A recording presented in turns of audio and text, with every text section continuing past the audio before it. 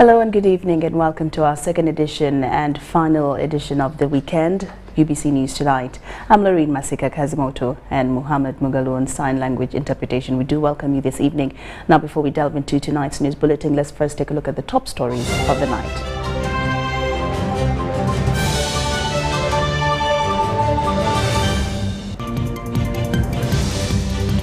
In our headlines tonight, Nabanja calls for reduced spending and high commodity prices bite.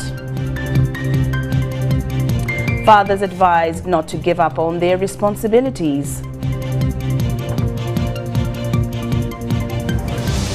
Amuria district pupils flee school over jiggers. And in sports, Ugandans advised to embrace physical exercises for better health.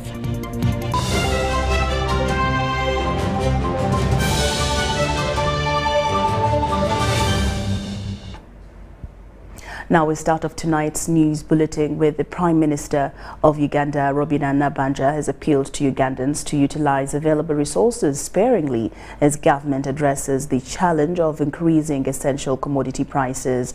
The appeal comes in the wake of increased prices for essential commodities including fuel, soap and cooking oil, among others.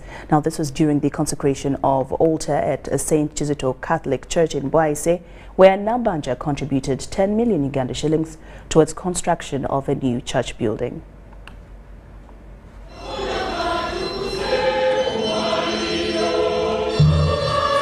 One of the congregants at St. Kizito Catholic Parish in Bwaise was the Prime Minister of the Republic of Uganda, Robina Nabanja. She was here to join in prayers as the altar was being consecrated. The occasion was overseen by the Archbishop of Kampala Archdiocese, Paul Semo Gerere.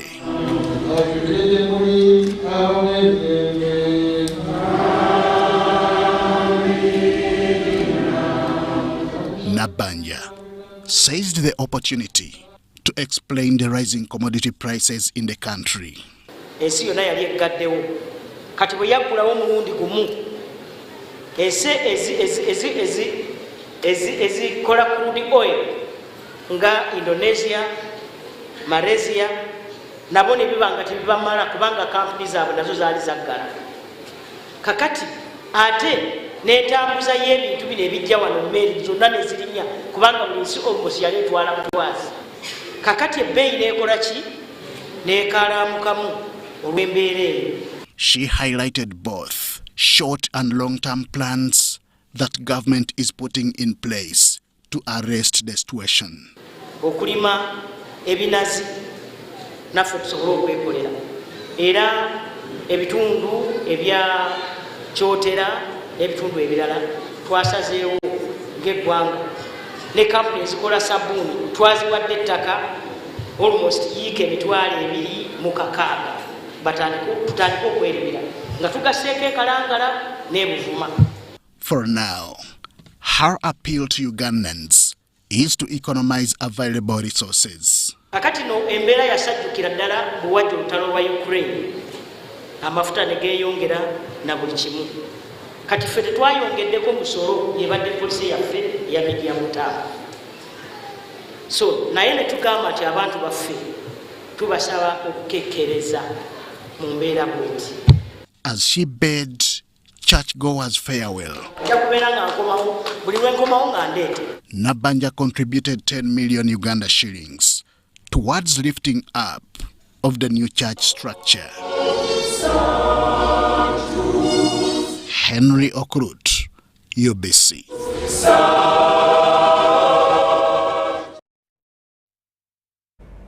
And now for our headlining story this evening, President Lauryn Masika Kazimoto has asked teachers in the country to call off their industrial action as government is committed to give civil servants good remuneration.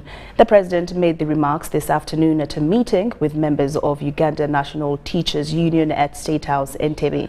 He was flanked by the First Lady and Minister of Education and Sports, Honorable Janet Museveni. The meeting was attended by the Minister of Public Service, Honorable Muruli Mukasa, the Minister of State for Primary Education, Honorable Dr. Joyce Kaduchu, the National Chairperson of UNATU, Mr. Zadok Tumhimbise, and the Permanent Secretary, Ministry of Public Service, Ms. Catherine Bitarakwate, as well as Mr. Patrick Muhereza. President Museveni told members of UNATU that government is committed to raising the pay of all civil servants, but priority should go to science teachers, as they are very critical in the development and transformation of the economy of Uganda. The president, who was commenting on the issues raised by teachers in a memo read by the Secretary General of UNATU, Mr. Philbert Baguma, assured arts teachers that they are not being discriminated against, as they are equally important, but focus should first be on science teachers, who are now much needed for the growth and expansion of the economy. Of history, but in the factories, the immediate demand is engineers, is chemists, is computer scientists. This is what the factories need, so that the economy keeps growing. So therefore,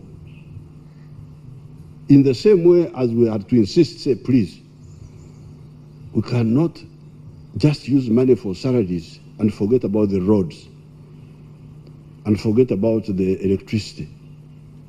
We cannot, because then we shall never grow. Hold on for the salaries. Let's first deal with the roads. Let's first deal with the electricity, because you need a base. The money or the money must come from somewhere. It comes from production. And production is in four sectors. It is in commercial agriculture, it is in industries, it is in services, it is in ICT. These are the four sectors which you teachers should be the one teaching everybody. Now, those four sectors, especially agriculture, industry, and ICT, even part of the services, need scientists. So, when we say, let's start with this, it's not that we don't know that Museveni, a man of literature, is not important. He's very important. But the one we need now is this one. And we don't have money to handle all of them. If we had money, we would handle everybody together. We would handle Museveni, the one of literature, but if we can't handle both, let's start with this one. It's starting with. And we are doing this for development and transformation of your economy, to widen, to create a bigger base for you, so that you can have where to get more taxes from, and therefore do things better, including paying every public servant. Why? Now, Security Minister, retired Major General Jim Muhwezi, has directed police across the country to arrest all those individuals who will be found moving around soliciting money from those intending to lobby for the Parish Development Model Program funds. Minister Jim Muhwezi, who has this Sunday officiated over the inauguration of St. Luke Kahoko Mitoma Church of Uganda in Nyakajeme, Rukunjiri district, revealed that all DISOs and GISOs have already been given this directive. In the coming financial year 2022-2023, Government of Uganda has set aside over 1 trillion shillings to kickstart the Parish Development Model program. The church is directly involved, and we are very, very grateful, as the minister put it, to support all systems that can bring up moderate development, even better development. We are behind it all. In Kigezi sub-region, political leaders to be led by ministers will, starting on 24th June 2022, kick off the mobilization and sensitization campaign from Kabale district. On 24th, we are going to be in Kabale. All radios will tune in, and we shall address these issues, talk about the parish development model, its plan, all the asked questions. On 27th, next week, we shall talk to the leaders. The team will then proceed to Rukungiri district on 27th June 2022. So I encourage them that they should participate in this program. They should form circles. They should choose enterprises which they will engage in. But most important, they should have the mindset change to also plan to produce, to take to the market, to earn money and to save. However, to those hoodwinking members of the public about the program, Minister Jim West sends a strong warning. There shouldn't be any charge at all, and anybody who charges anyone will be arrested. There is no charging any money, not even a shilling, for one to join the circle. Muhwezi knows that he has already directed security agencies to swing into action. We are going to ask the DSOs, and I have written a letter to GSOs, the Gomborora internal security officers, to keep their ears on the ground, and if they hear that any parish chief or any person has asked for money, they will be arrested. This was at the inauguration of the newly constructed St. Luke Kahoko Mitoma Church of Uganda in Nyakajeme, Rujumbura County, Rukungiri district.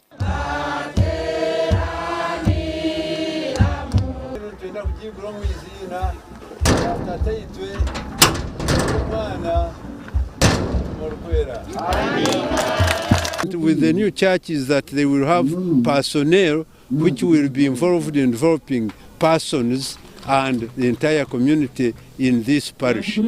Secondly, they will bring services, even health services, even educational facilities, as they come near here in this particular parish.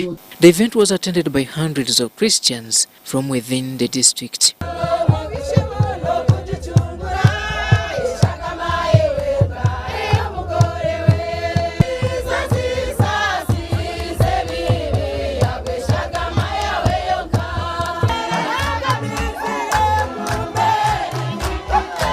Robert Onyango, UBC News.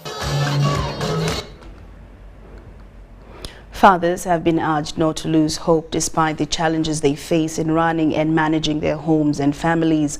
This motivation message was given by Reverend Father Frederick Kasereka, the Assistant Parish Priest of Bina Catholic Parish, while presiding over a Mass that earmarked this year's Father's Day celebration at Clever's Origin Junior School, where pupils received their baptism and First Holy Communion sacraments. It is Father's Day this Sunday, and churches across the country have joined the rest of the world to inspire the public about the importance of Father's Day.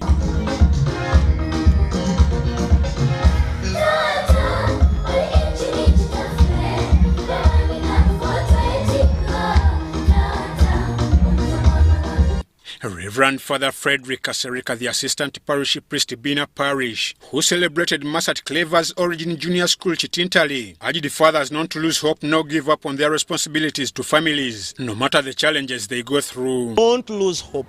Don't lose courage. Whenever you give up, it's a sign of failure. Men don't give up.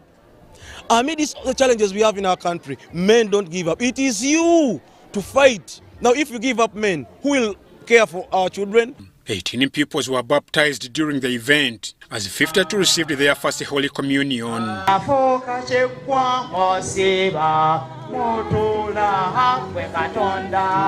Father Kasereka asked those who attend the Holy Sacraments to always trust in God to avoid being drawn into evil acts. To stay with the Lord, because today they have received Holy Eucharist.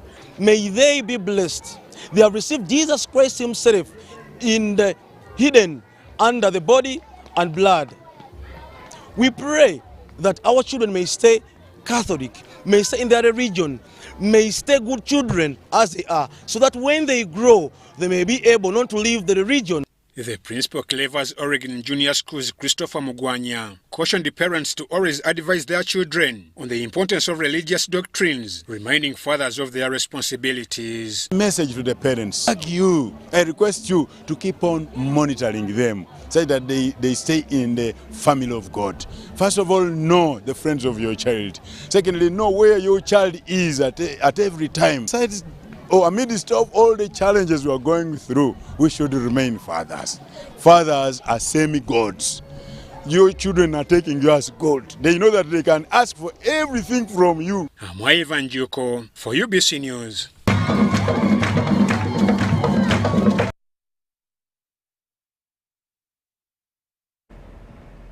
Hundreds of pupils of Achia Primary School in Apeduru Sub-County, Amuria District have fled school over fear of infection by jiggers. This after the dusty classrooms attracted fleas that caused jiggers. The school head teacher allegedly misappropriated UPE funds that was meant to repair the school structures after the lockdown. The recent teachers' strike over salary increment found the majority of pupils of Achia Primary School at home over fear to attract fleas that cause jiggers at school. My concern is, why is it so? In Achia Primary School, there are 4 classes which have been concreted. Even jiggers have entered there. Now pupils are refusing to go to school. That even if you go to school, we might catch up, we might be caught up with the jigger. So now, you parents, why are you chasing us to that school? What's the government doing? This is attributed to embezzlement of UPE funds by the head teacher that were meant to repair the school structures. This money was government funds, the releases from the government, and UPE grants. So you know, during that time of COVID, that is the time the mismanagement of this money started from the head teacher. About 2 to 3 releases. The parents, the committee did not realize the use of that money. The head teacher, who is currently facing interdiction, accepted to pay back money in 3 months. Yes, he consented. He consented. He gave himself a month, of which it has elapsed. Now it's about 3 months, if I could remember it better. Amuria district authorities, however, assured parents that they are committed to ensure the money is recovered. I want to request Madam DC, we put a close eye in Achia. Because even the reports that come to my office about Achia are worrying reports. There must be certain other issues that are underneath. I think we need to put a very close eye in Achia so that we sort out the mess in Achia. Amuria Resident District Commissioner Lilian Eyal directed the district police commander to investigate the matter. Today it has come to my notice that there is a head teacher who embezzled 6 million shillings from UPE, and that he has just been made to step aside. But that is not enough. I have surrendered him to the DPC for investigation forthwith. As presidency, we are not going to condone corruption. Anybody who is corrupt, the law will take its course. Eyal made this directive while presiding over the local accountability meeting held by the Office of the Prime Minister at Apeduru Sub-County Headquarters in Amuria District. Joseph Oko, UBC. Lira residents have shown concern about the functionality of Lira District Land Board. They say to access services from the office has stalled for nearly 6 months, which is a denial of service delivery. The Lira District Chairperson, RCM Okello, blamed the current crisis on Lira City and District feud that resulted to the arrest and interdiction of the Lira District Land Board Secretary, Francis Okello. Over the recent weeks, there has been growing concerns that Lira District Land Board has not been offering services to the citizens for nearly 6 months now. When will we get our land title? For us who bought our land and we are processing our land title and we want to use it. I could say in a simple term that Lira City has been fighting to grab open spaces that were once under the custody of the Lira District local government. The Lira District Chairperson, Richard Cox Max Okello, was quick to blame the current crisis on Lira City and Lira District feud. It's the city, of course, because they want to destroy this land board because they want theirs to begin working. And that's being masterminded by God Lawrence, the RCC. That one I can't fear to say it. In January this year, the Lira City RCC caused the arrest of Lira District Land Board Secretary Francis Okello on intelligence that some people were planning to steal the files from the land office. Francis Okello was arrested at night ferrying sacks of land documents, although the district chairperson says the files were being transferred to the main office even with the aid of police officers. And the camera shows that it was the police parking. You see how funny it is. It's very documented. It was just witch hunting.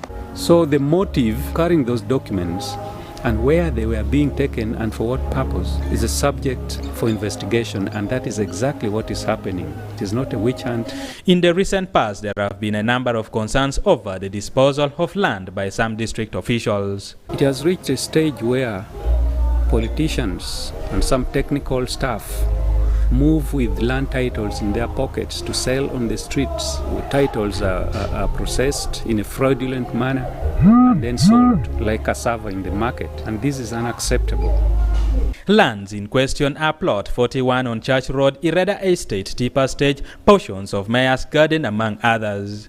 And in April last year, 4 Lira district officials were interdicted over irregular sale of public land.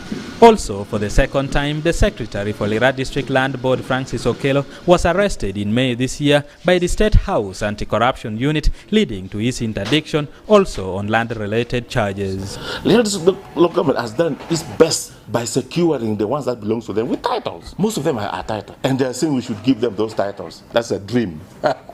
These people mismanaged public land because unearthing a Dea Colnario Road fraudulent has touched them in that very painful part. Now everything is a Dea Colnario Road. RCC does not keep land titles. My friend Lawrence Igole, the RCC, I am warning you for free. If you continue like that, you will crash. Don't do the work of a member of parliament. My message to the people who have acquired land fraudulently: do not blame Jenna Cheng. I was not there when you were acquiring the land. I don't know the processes that you took to acquire that land. But if you did it the wrong way, it is better that you own up before you are ashamed. And stop blaming the RCC, who is doing his work. At least they can know that I'm not going to accept as long as I'm RCC Lira here. I want to fight and reduce corruption to the minimum. But the district says they are being witch-hunted with the intent of grabbing their assets within the city. You can even go to police, CID in Lira here. They will tell you that he picked some land title with him. And a section of NRM cadres now want the national leaders to intervene in the conflict between Lira City Council and Lira District. People are torn apart. The members of the party are divided. Eddie Olua for UBC News in Lira City. And there is no relative peace. It is a sigh of relief for residents of Namamve in Chira municipality as the ordeal on safe water is now a thing of the past. A new water well has been established thanks to the overseas China-Uganda Charity Foundation. Area leaders led by Emmanuel Okecho, the Namamve Municipal Council. Well, it says this water source serves over 7,000 people, describing it as a relief. Residents of Kazinga Main in Kazinga Central B Zone in Namamve have already gotten water for themselves. The water source, whose launch was conducted on Sunday morning, is an effort by Overseas China-Uganda Charity Foundation. And they are behind us to supporting us for this project to go in the future. Homeland Uganda Department has established in 3 years. And they are ever in charity activities. And today they have donated another water wheel. Seen as a relief, not only to locals, but also service providers. The source will cater for over 7,000 beneficiaries.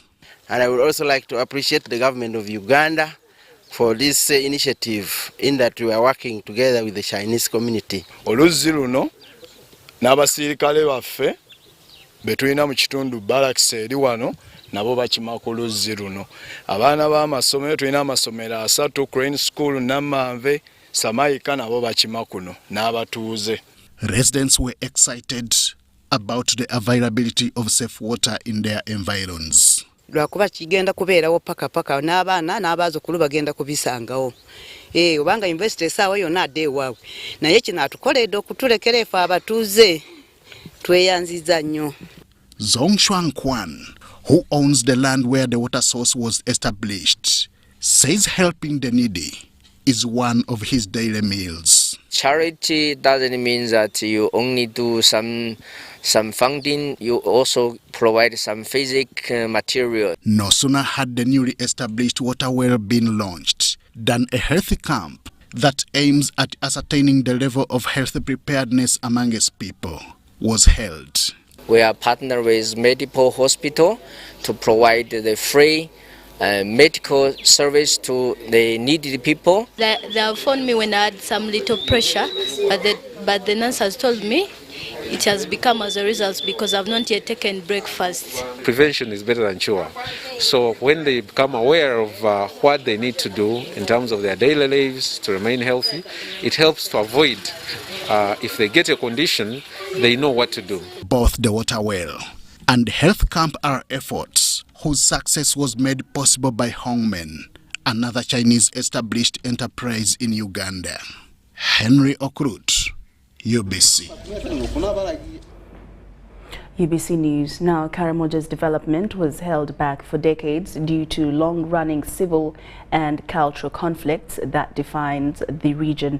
Now, in pursuit of steady progress in Karamoja sub-region, prosperous and peace, government has embarked on strengthening communities in Karamoja to accommodate and recover from poverty and the effects of drought in a timely and efficient manner.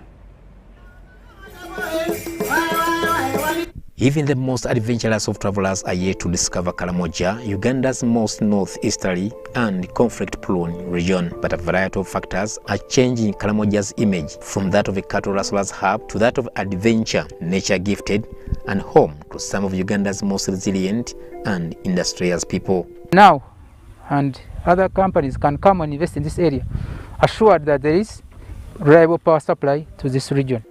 The northeastern Karamoja region is also home to some of the country's most beautiful and East Africa's remaining most preserved indigenous culture. While insecurity is on and off in Karamoja, poverty remains endemic in areas characterized by harsh weather conditions. Karamoja needs the government to plan properly.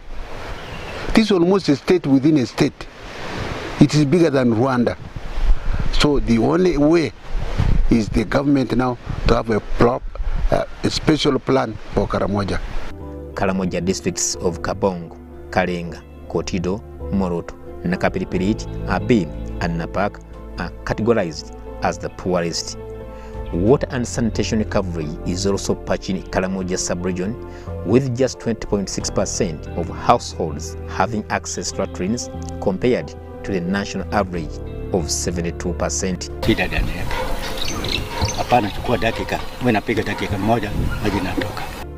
Only 21% of women have access to health care during childbirth. The Karamoja region is semi-arid, and about 80% of the population of 1.2 million are involved in pastoralism and agro-pastoralism. The major livelihood challenges include inaccessibility to grazing areas, water resources, livestock disease, and lack of information. To take it as a very serious point, to provide the districts of Karamoja with tractors. Because when you do that, you will also solve the problem of food insecurity. The other one is enabling the communities to compete with the rain pattern, but also to produce bigger volumes. That's what is you normally call productivity, so that they can have some excess products for the market. Inside the Manyata multiple household compounds located in the small village of Panyangala in the Karamoja sub-region, there are between 50 households and over 100 people living in this Manyata same locality. They gather to share their views and ideas on their daily challenges and how to overcome them. Women dressed in colorful traditional wear with multiple strands of beads around their necks sit on the dry soil as leaders stand up to explain some of the challenges faced in their communities. The Karamoja Resilience Program consists of 5 priority areas identified by government and the affected communities that include rangeland, pasture, water, social services, peace, and security. Has been one of the regions affected by weather, by many other factors, and this has led to gross scarcity of food. Food insecurity is so gross in this area, and the basic cause of malnutrition in this area has basically been the insufficiency of food. Providing some posho, some beans for the mostly affected, but that food even is too little, too meager, very small. Cannot even go for good number of people in a parish. Government employed strategies aimed at conserving water in homes, agriculture, access to new water sources, and managing drought at a watershed level. Kotido is supposed to benefit, I think, by getting a 3 million cubic meter dam. Another area to benefit is Moroto, and another one down that Samdat. The experience of unpredictable weather in the Karamoja sub-region have become a big challenge for the Karamojong. The cross-border cooperation among neighboring countries is executed in the form of a cluster approach, and it has resulted in many positive impacts. The intervention drought early warning system supports the communities to be prepared for the drought that are likely to happen as a result of this unpredictable weather. Government intervention program of NUSAF, the Social Action Fund, NUSAF 3, had scaled up in response to the recent drought. Drought response in Karamoja sub-region has primarily been financed by donors and delivered through humanitarians and non-government organizations, with the government playing a coordination role, empowering the people of Karamoja sub-region through clusters and local government to manage and respond to food security. Haruna Mutesasira, UBC News. St. Kizito Matanyi Hospital is overwhelmed by the increasing gunshot victims, which has constrained the hospital's budget. The medical superintendent at St. Kizito Matanyi Hospital in Napak district says since January this year, 94 victims were admitted, and in May alone, 24 cases were reported at the hospital. Insecurity has characterized Karamoja sub-region due to illegal firearms in the hands of the locals. This has led to many people being injured or succumb to death due to gunshots and use of poisonous bows and arrows. Many of the injured from the 9 districts of Karamoja and neighboring districts of Teso and Acholi seek treatment from St. Kizito Matanyi Hospital in Napak district. According to the medical superintendent of Matanyi Hospital, Dr. John Bosco Nsubuga, the facility is overwhelmed by the increasing number of gunshots victims. Has led to more gunshot cases being admitted in the hospital. Since the beginning of the year, I'm talking of January, up to now we have admitted 94 gunshot cases. And just in the last month of May, we admitted just in 1 month 24 cases of gunshot. Dr. Nsubuga explains that more expenses are not shifted to the gunshot victims, adding that although patients are required to pay 15% of the required bill, most of them leave without clearing it. An increased expenditure of the hospital on these other extra gunshot cases we are receiving. Patient is not treated only once. Some people are spending 2 months in the hospital. They require to be taken over and over to theater. The equipment, the orthopedic equipment that implants, sometimes they need implants to be used, and all of these are costing a lot. Last financial year, bills mounting to 270 million were unpaid. So, among those who can't pay are the gunshot cases. Some pay, but then also several of them can't pay, because sometimes these are women, these are children. Just about 2 weeks ago, we had a family which was attacked. A man, 4 people were shot in that family. The husband, the wife, and then the 2 kids. The 2 kids survived. We treated them on children's ward, and then they went home. This paid only, they had to go to theater. They were here for 2 weeks, but then they paid only 5,000 each of them. The hospital also lost 8 external fixator last month, each costing 3 million shillings, due to people not returning for checkup. We have patients who they may get injuries on the limbs, and then there are some metals we sometimes use. We call them external fixators.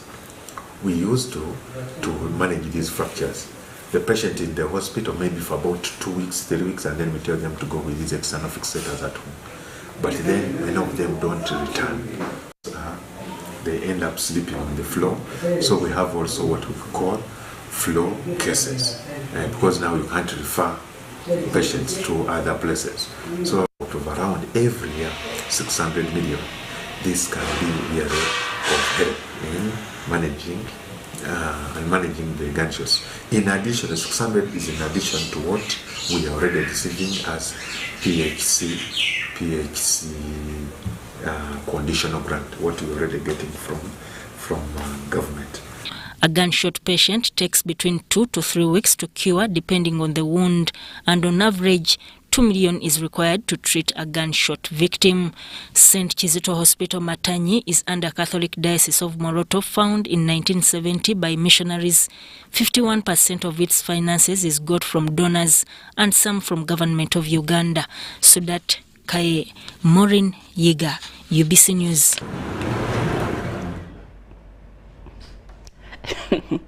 The Lions Club of Uganda are running people-centered projects worth over $2 million. Now, these projects include a childhood care center, environment, diabetes, vision and hunger. This was disclosed by the Governor's Lions Club International District 411B, John Bosco Ntagare, during the Charter Night of Lions Club of Kampala Central in Ntinda. We have the details.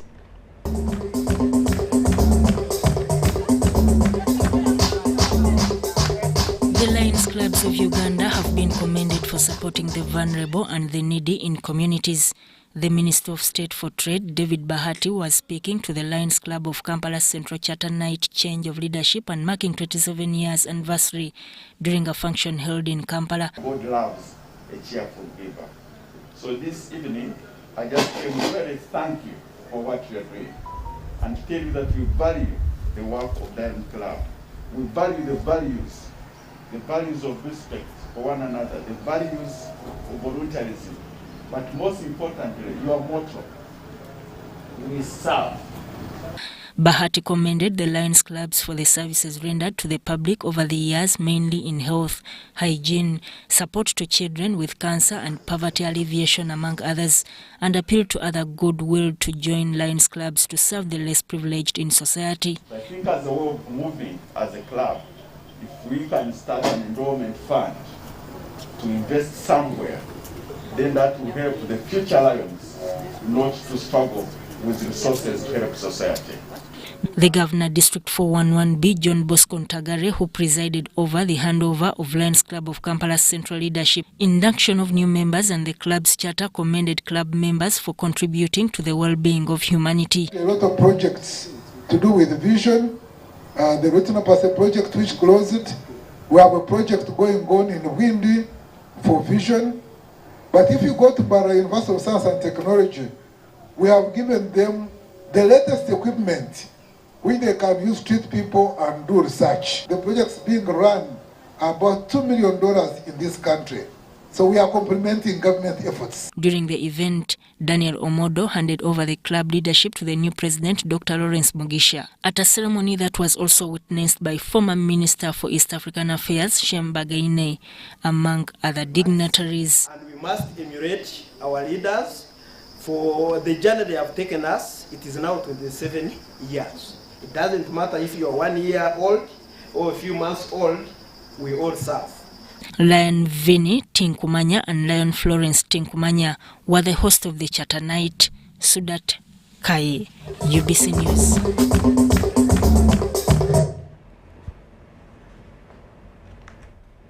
UBC News Tonight takes a very short break, but we return with business stories. The Tales of Kasozi, brought to you by Uganda Communications Commission. Hello, this is Kasozi. How can I help you? Congratulations, congratulations. Oh, one good day. One good day? But I haven't entered any competition. Oh, what day? Since you use your phone every day, we have randomly selected you as one of our loyal customers, and you have won a brand new pickup. Hey, so how do I get this pickup? The pickup is in Namave. All we have to do is quickly bring it to you. You know, we are delivering many of them. So, just send us 100K for fuel via mobile money and we'll bring it to you. But Chief, I'm in no hurry to receive it. Namambe is just here. Keep it at your warehouse, give me directions and I will get time to pick it up. Vow nawe. If you don't have money, just say. Tonfera, never send money to strangers. Winners of competitions are contacted through official channels and are never asked to pay for anything. Stay tuned for what Kasozi does next. Tonfera, refrain from unnecessary engagements with strangers over the phone. This message is powered by UCC, MTN, Airtel, Bank of Uganda, and NPSP Association. Fellow citizens, thank you for diligently and consistently honoring your tax obligations. It is through your collective contribution that the government is able to provide social services.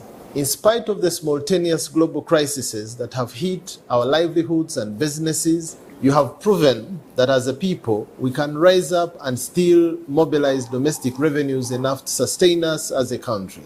As we close in to the end of this financial year, I urge you not to lose the momentum and resilience that you have demonstrated all year through. Please file your returns and remit your taxes in time to avoid unnecessary inconveniences that come with non-compliance.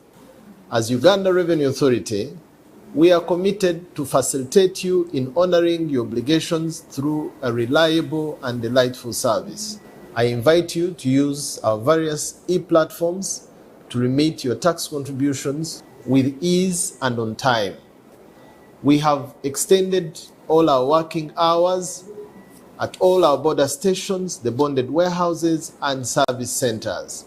Should you need further assistance, please contact us via our toll-free lines and our WhatsApp platforms. Tax is the surest way of liberating our country from the bondage of economic dependence. Let us all play our part, pay our dues, and develop our country. For God and my country. Uganda Revenue Authority, developing Uganda together.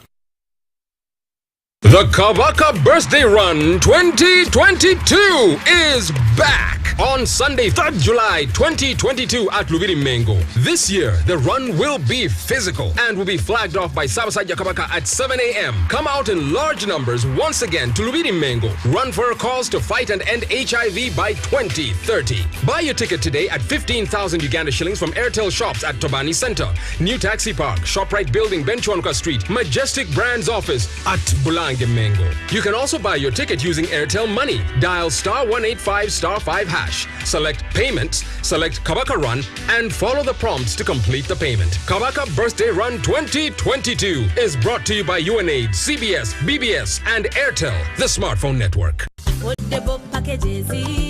Great entertainment, sports, local content, telenovela, the movies. There is something for everybody. Everybody, Go TV. This is where our great stories live. Get the best best entertainment for any budget. With GoTV, you will have great entertainment for as little as 13,000 Ugandan shillings per month. GoTV, great stories. Zidiwano. GoTV Uganda. Love it. Even with my grandson, a doctor at my side, I struggled to get the help I needed. But he saw something that day. He began to work day and night. He wouldn't quit, even when people said no. He wouldn't stop fighting.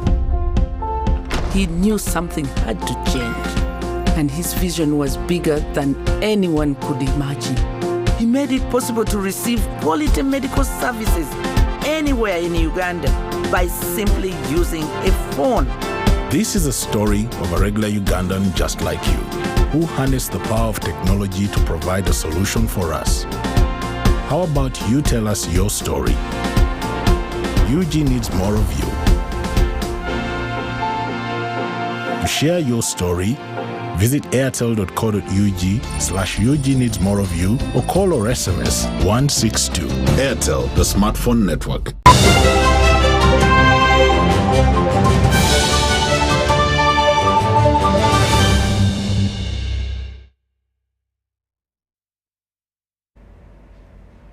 Welcome back from that break, and we are glad that you're still with us here in UBC News Tonight.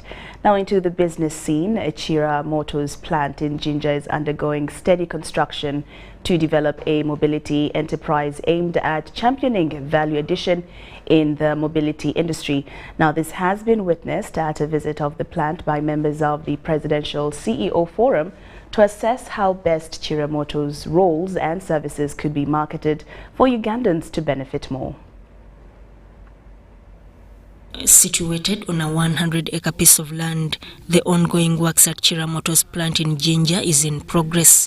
Members of the Presidential CEO Forum have visited the plant to find out exclusively the promising investment projects in the automobile industry. It is actually very amazing. It's a very good job being done out here. And the expanse of land, the developments on the land, it is very amazing to realize that Uganda as a country has such a facility and is able to carry out such activity. It is very encouraging, it's breathtaking, and it's a breath of fresh air. So we want to thank the Chira Motors MD for the work being done here. It's a very big and expansive project, and we want to say that I think in the nearby future we are going to have a number of buses on the road which will be proudly Ugandan. Among the support facilities at the plant include a waste treatment plant that has been set up, and the biological side of it is already functional. The plant has a water distribution reservoir system with an installed 285,000 litres and 800,000 litre plant under construction. Cost of ownership is the combination of the price for buying the vehicle and the operating expenditure on the vehicle. Definitely your total cost of ownership is going to be much lower, and here is why it's going to be much lower. Because your car is built here, we have the competences to sort it out as soon as possible, as opposed to what happens in practice today, where if you have a failure or a breakdown in your vehicle, you imported the vehicle, you're also going to import the spare parts, and it's going to take you forever. So with the expertise built here, you're going to have a higher chance of not walking home when we start making vehicles in Uganda. During the visit, the Presidential CEO Forum undertook on-spot assessments of the sector activities in the field, evaluated the design and implementation of the innovations plans and relevant enabling environmental factors for innovations. The Managing Director, Ambrosori Management Services, Ambrose Byamugisha, was concerned about the exportation of cars. The things people, Ugandans are saying, they are not Ugandans, they are not Uganda-made. But at least if we start something like this for this country, it will be a blessing in a disguise. I encourage government to move on, to improve and fund science and technology. Members of the Presidential CEO Forum were equipped on how to address automotive issues and identify important lessons and good practices that can be applied to improve private sector efforts in the country. They have hydroelectric energy, they have solar energy and gas energy, and they make sure that they take the energy that is optimally required for a specific task. They also promised to disseminate and share information regarding Karamoja's success stories with the wider private sector, especially the business community. Participants interacted with Karamoja's team on automotive innovations and how they can address bottlenecks in the private sector. Sudat Kaye, UBC News. Emyoga beneficiaries in Luka district have been reminded to always recover loans given to them by SACCOs if they are to make sense of collective progress. This was witnessed at the performance monitoring program of the Emyoga SACCOs by the Microfinance Support Center in Luka district. Minister of State for Microfinance Haruna Kasolo has advised members of the public who have borrowed Emyoga funds to pay back in time. He was speaking to Luka District Emyoga Presidential Initiative on Poverty Alleviation beneficiaries. You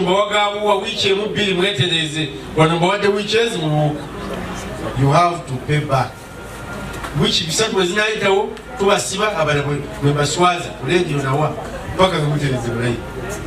Luka Resident District Commissioner Jane Francis Kagai said the slow-paced development of small and medium-scale enterprises has affected the Emyoga program. Honorable Kasolo Chendabyewan, Sebo Minister, Eru Kabuli Kataun, Kalimu Manerendas Avataka Mubatanu 5. Badia was sent a Bazilenga Bulenzi Nebatunda, sent a Mubantu Feban.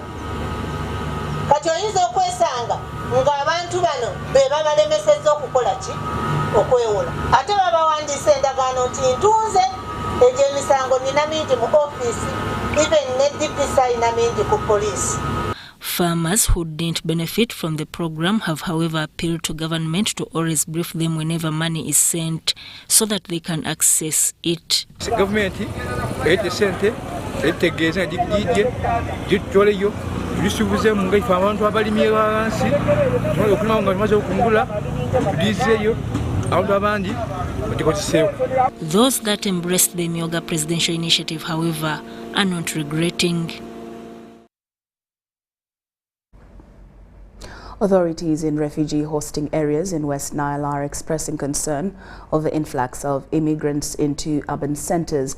The massive migration to urban centers is seemingly in search of better social services that are inadequate at the resettlement camps in Koboko municipality and in Arua. Viola Nadia had spent years at Rhino Camp settlement as a refugee. Viola is among dozens of refugees who claim that they are not used to the living conditions in the camps and cannot afford self-reliance in urban centers. Others were not used to this life here, so they decide to go to town and rent.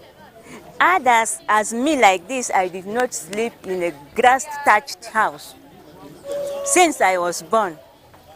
But I have to bear it like that because it is a condition that our country has forced us to. A Congolese refugee at Lobule settlement in Koboko, Samuel Abe, says given the freedom of movement for refugees, majority are out to look for business opportunities to complement on the reduced food ration. In the Uganda Act against the refugees, that a refugee can move elsewhere in Uganda. They've gone to town, some are trying to make businesses.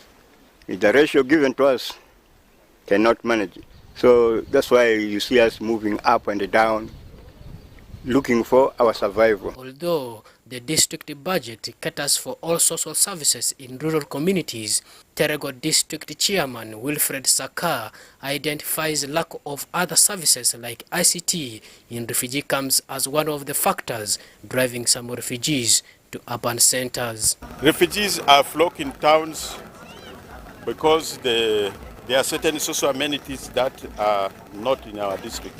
You find if you are in the village, it will be difficult to access some of the information required probably for job hunting and so on.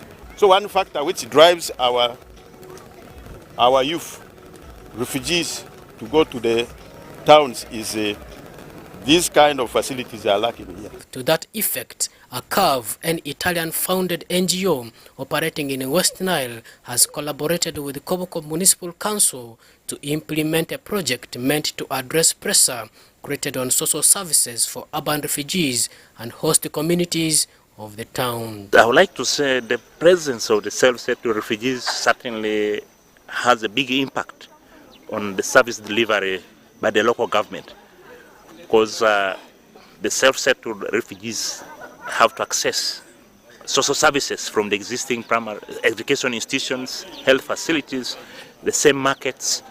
So that pressure, and coupled with the funding that the local governments are receiving from the central government, it is still inadequate, because the funding is based on the population of nationals, yet the reality on the ground has a bigger population than what is budgeted for. So through an ongoing project, which is the Comprehensive Refugee Response Framework, Inclusive Urban Development and Mobility Action, funded by the European Union, the self-settled urban refugees are being supported also in different areas. Refugee Desk Officer in Office of the Prime Minister, Arua Office, Solomon Osakan, acknowledges a fact that many refugees have flocked to towns in West Nile, with Koboko having the biggest number. He disclosed that there are efforts to mitigate challenges on social services as a result of urban refugees.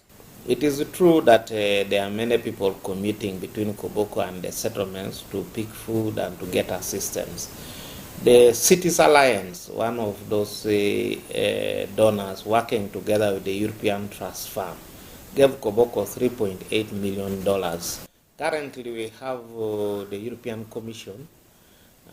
Their team is here doing assessments to see if secondary cities like Arua and 28 self-settled refugees in Koboko municipality, of which 88.8% are from South Sudan, 10.3% from DRC, 0.5% from Somalia, 0.3% from Sudan, 0.07% from Eritrea, and 0.003% from Burundi. Joseph Odama, reporting for UBC News in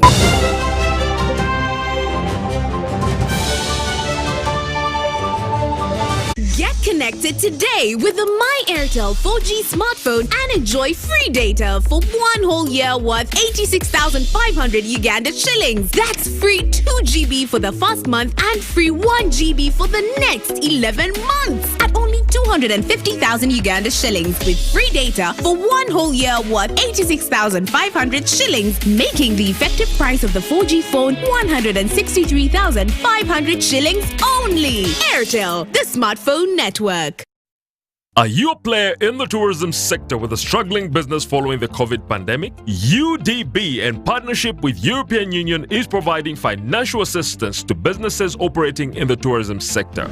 You can access subsidized loan with grants, loan with a tenor of up to 5 years, free business advisory services, and free environmental impact assessment. Visit www.udbl.co.ug/call for applications to apply. Deadline for submission is 31st October 2022 at 5 p.m. For more information, please call 0414 355 509. Football packages, great entertainment, sports, the local content, telenovela, the movies. There is something for everybody. Everybody, Go TV. This is where great stories live. Get the best entertainment for any budget. With GoTV, you will have great entertainment for as little as 13,000 Uganda shillings per month. GoTV, great stories. Zidiwano. GoTV Uganda. Love it. Be alert. Do not share your Airtel Money PIN number with anyone. Airtel Uganda employees will never ask for your Airtel Money PIN number on call, SMS, or by email. All SIM card registrations, SIM card verifications, or SIM swaps are done at clearly branded Airtel shops and not on phone. To report any fraudulent activity, please call 100 immediately. The official calling number for Airtel promotions is 0200 100 100. Stay alert on Airtel Money. Instant, secure, borderless.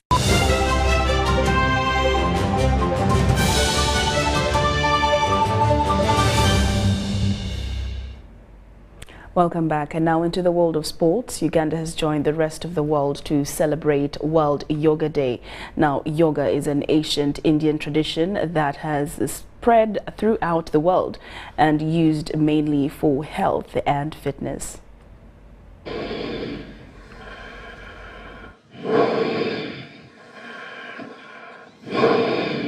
Yoga is a Hindu spiritual discipline, a part of which includes breath control, simple meditation, and the adoption of specific bodily postures, and is widely practiced for health and relaxation. Yoga is a practice which is meant for keeping you fit, your soul fit, and harmonize your body, soul, and mind.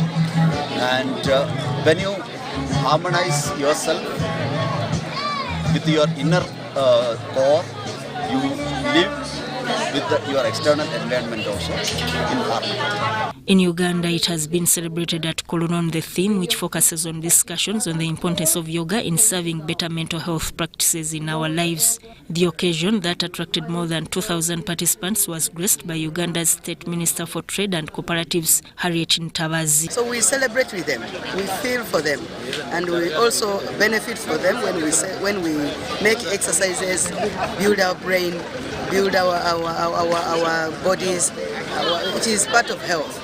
And when we do this, we are reducing on the amount of money which is being spent on medicine, more especially on non-communicable diseases and all that. So we are so happy for them and we are so grateful. Its celebration will continue in various parts of the country, like Mbale. We are taking it as a flagship activity of our HSS, and we are taking this activity to all the people in the country to teach yoga. So we are spreading it in the schools. We have sessions last 10 days, different sessions in different places. So today is the biggest event with 2,000 people plus, and we want to also have another session in next week in Jinja and Bale, and I'm to say that there are 17 nationalities as present today, not only Indians, it's all 17 different nationalities for here. The day was originally meant to be celebrated on Tuesday next week, but pulled forward to allow Ugandans engage in their weekly businesses.